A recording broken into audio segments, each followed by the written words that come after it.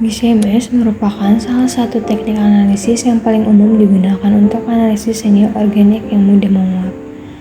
GCMS terdiri dari dua sistem terpisah, yaitu GC dan MS yang digabungkan menjadi satu instrumen.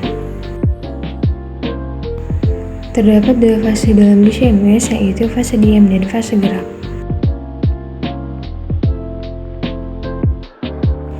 Fase diam dalam kromatografi gas adalah lapisan cairan mikroskopis atau polimer yang digunakan untuk memisahkan senyawa berdasarkan sifat-sifat mereka.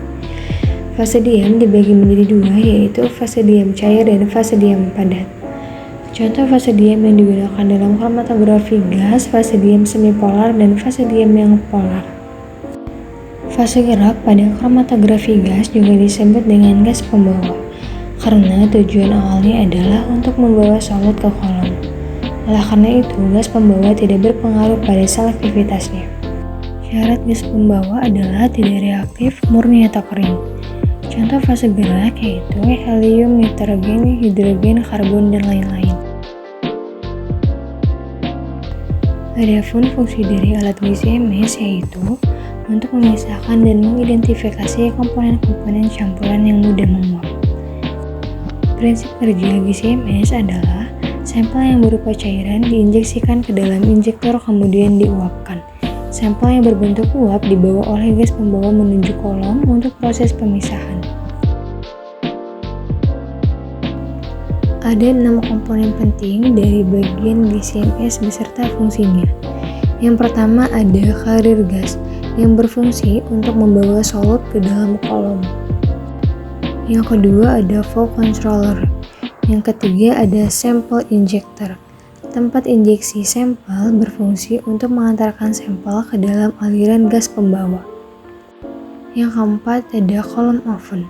Kolom merupakan tempat terjadinya proses pemisahan karena di dalamnya terdapat fase diam.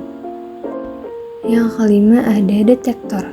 Detektor pendeteksi komponen-komponen yang telah dipisahkan dari kolom secara terus-menerus. Dan yang terakhir ada pencetak hasil atau recorder. Alat fungsinya untuk mencetak hasil percobaan pada sebuah kertas yang hasilnya disebut kromatogram atau kumpulan puncak grafik.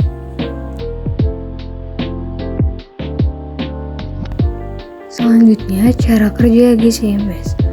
Cara kerja dari kromatografi gas adalah gas pembawa lewat melalui satu sisi detektor kemudian memasuki kolom. Di dekat kolom ada suatu alat di mana sampel-sampel bisa dimasukkan ke dalam gas pembawa atau tempat injeksi. Sampel-sampel tersebut dapat berupa gas atau cairan yang volatil atau mudah menguap. Lubang injeksi dipanaskan agar sampel teruapkan dengan cepat. Aliran gas selanjutnya menemui kolom. Kolom berisi suatu padatan halus dengan luas permukaan yang besar dan relatif inert. Sebelum diisi ke dalam kolom, padatan tersebut diimpregnasi dengan cairan yang diinginkan yang berperan sebagai fase diam atau stasioner sesungguhnya. Cairan ini harus stabil dan non-volatil pada temperatur kolom dan harus sesuai dengan pemisahan tertentu. Setelah muncul dari kolom itu, aliran gas lewat melalui sisi lain detektor. Maka, erosi jet terlarut dari kolom mengatur ketidakseimbangan antara dua sisi detektor yang direkam secara elektrik.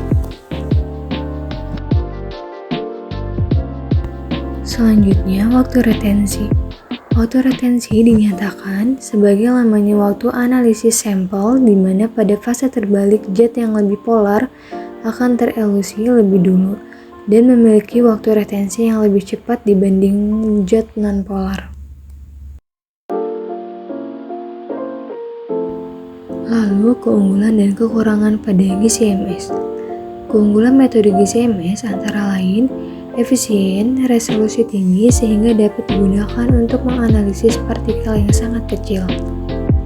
Aliran gas sangat terkontrol dan kecepatannya tetap. Analisis cepat biasanya hanya beberapa menit tidak merusak sampel. Selain keunggulan, metode GCMS juga memiliki kekurangan, antara lain teknik kromatografi gas terbatas untuk jet yang mudah menguap. Kromatografi gas tidak mudah dipakai untuk memisahkan campuran dalam jumlah besar. Selanjutnya, kendala kalibrasi pada GCMS yaitu hanya perusahaan si pembuatnya saja yang bisa mengkalibrasi.